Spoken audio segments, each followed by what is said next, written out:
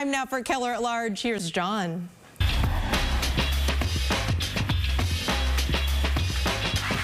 Thanks so much for joining us. You may recall about a year ago, a report came out from the Boston Policy Institute about the collapse of commercial real estate values in downtown Boston as a result of the pandemic and the growth of working from home, and the threat it posed to the city of Boston's future revenue flow. Now, that in turn touched off an ongoing battle over Mayor Wu's plan to stop the bleeding by temporarily raising commercial property tax rates.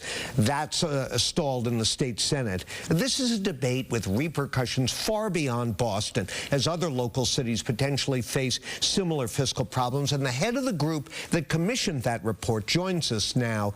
That's Greg Maynard of the Boston Policy Institute. Greg, welcome. Thank you so much for having me, John. So Boston's position is especially precarious because the city has a long history of leaning heavily on the commercial sector for its tax revenue. That helps keep residential tax rates relatively low. But if the state allows Boston to exceed the legal limit for commercial taxation, as they want to do, other cities may want the same.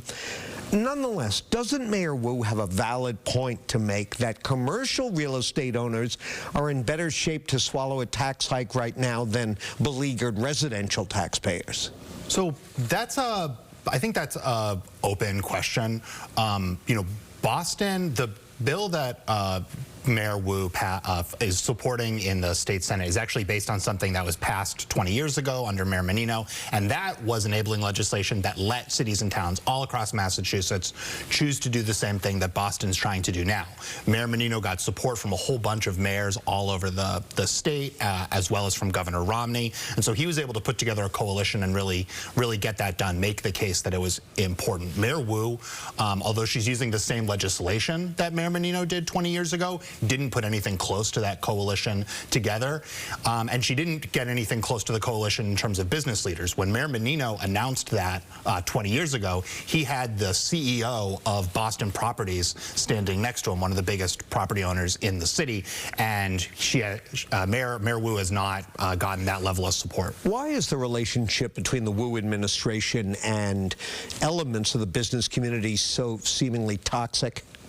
I mean, that's probably a better question for the Chamber of Commerce or for some of those business leaders. But I think, an important part of it is you could see the reaction from the Wu administration to BPI's report last year.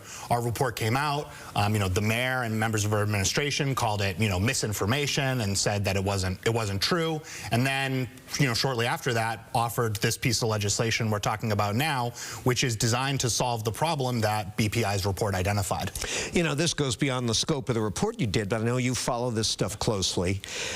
You see Governor Healy both pushing through a series of tax cuts, but also pushing legislation that would allow for tax hikes at the municipal level, excise taxes and so forth. There are people I talk with on Beacon Hill who believe that, to some extent for valid reasons, the fiscal crunch that cities and towns face, that ultimately we're heading toward a move to, if not dismember, weaken Proposition 2.5. Do you believe that's true?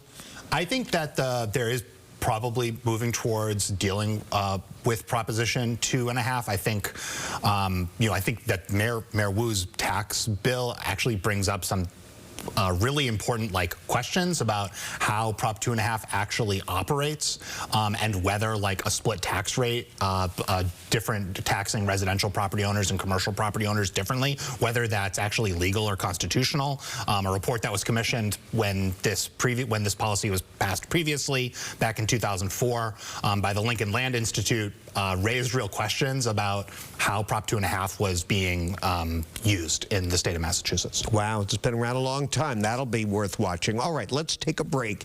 And when we continue, we'll talk a little bit about the mayoral race that is now engaged in Boston and some of the other key issues that promise to dominate that discussion. So please stay with us.